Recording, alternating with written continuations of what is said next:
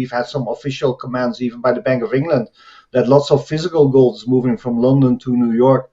And this also showed, I think, is part of this larger reset. And I think the paper gold and paper silver system, which have been, well, keeping prices down, I think, for the last few decades, that's at least my opinion, that system will be breaking down in a not too distant future. So I think the rapid rise of gold and silver starts to act a bit now as well. I think it's only the start of a much larger revaluation of physical gold and silver. Physical gold demand is surging, with large transfers from London to New York, signaling a shift in the market.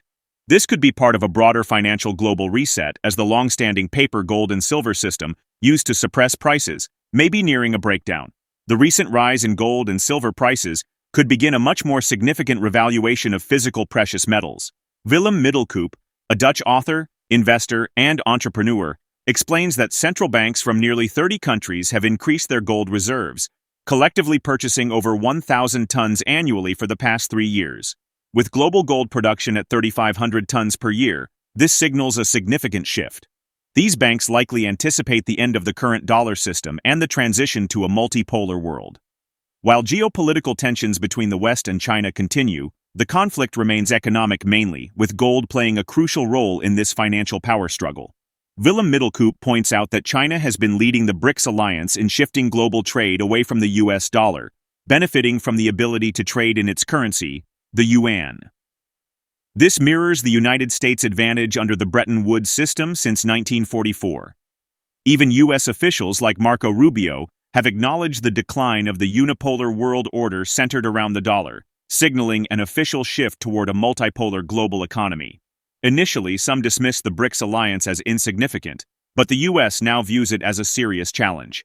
Trump's warning of 100% tariffs on countries shifting away from the dollar shows growing concern. While building a new global alliance takes time, just as it did for the West after World War II, divisions within BRICS, such as India's independent stance, suggest the transition won't be immediate. Watch the full video for more insights. If you enjoy the content, like and subscribe for the latest updates. Well, we've seen almost 30 different countries, their central banks adding to their gold reserves in the last few years. And together they have picked up over 1,000 tons of physical gold in the last 3 years, every year. And that's huge, because if you know, world gold mine production is only 3,500 tons every year. So it shows the main buyers are these central banks, and it shows that they know changes are coming. They know the dollar system, the current dollar system, is ending, and we're moving away from this unipolar to this multipolar world. And that will bring a lot of uncertainty, and it might even bring war, although I'm not that scared about that, especially for the EU now.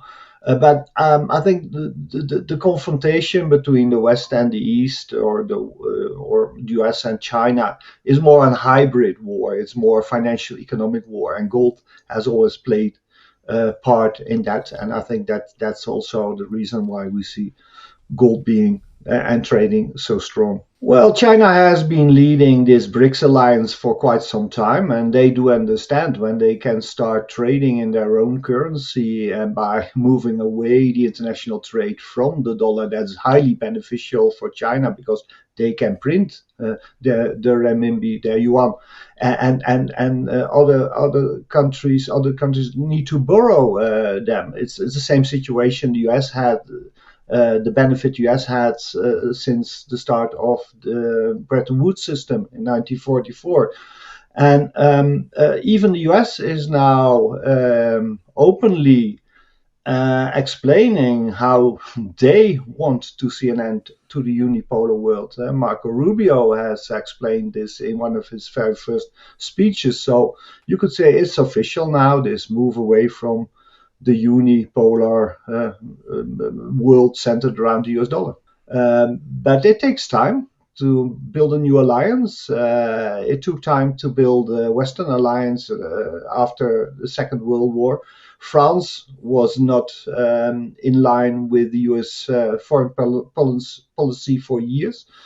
So I'm not that worried that countries like India choose a separate line on some of the matters being discussed within the BRICS alliance. Willem Middelkoop suggests that significant physical gold transfers from London to the US might indicate plans for gold-backed bonds, though only administration insiders truly know what's being developed.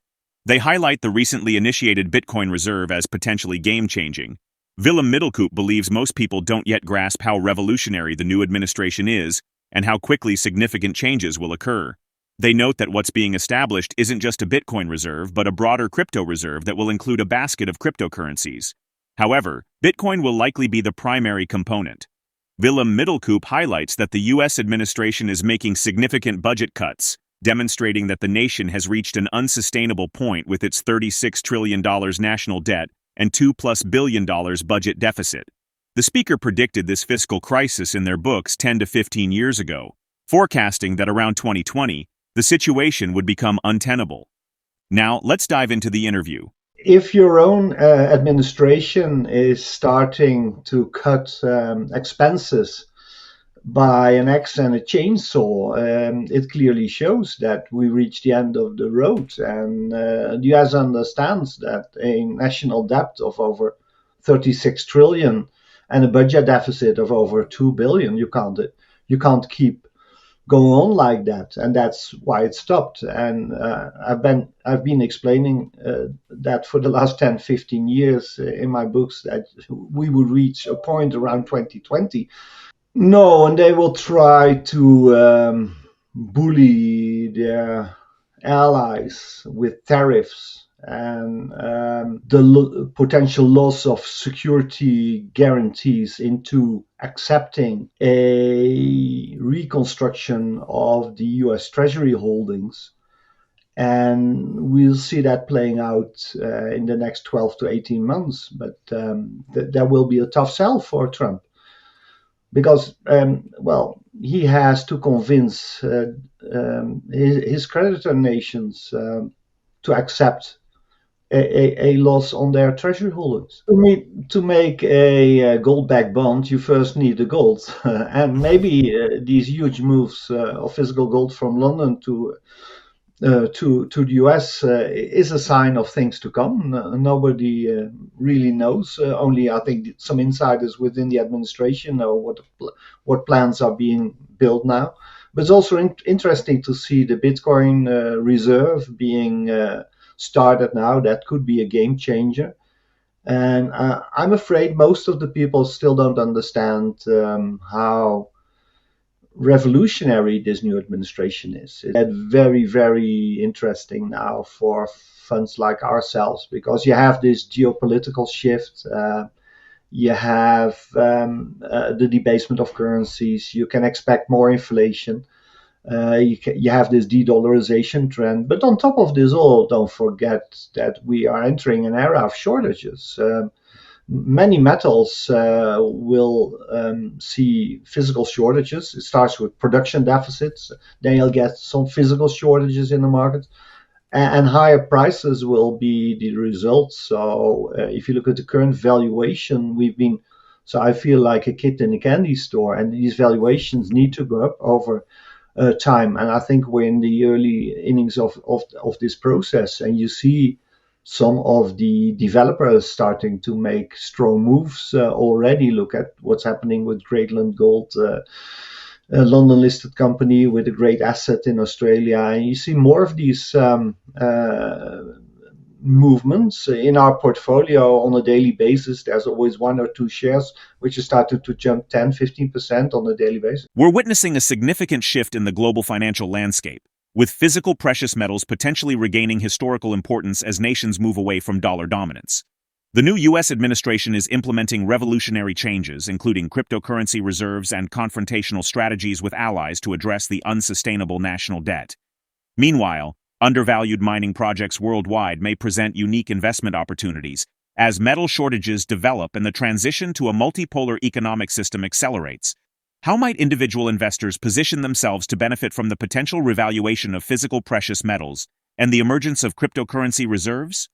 What specific indicators should observers watch for to gauge the progress of de-dollarization and the transition to a multipolar financial system over the next 12 to 18 months. Share your feedback in the comments below. If you found this helpful video, hit the thumbs up and subscribe to keep up with our latest updates. We appreciate you being a part of this journey.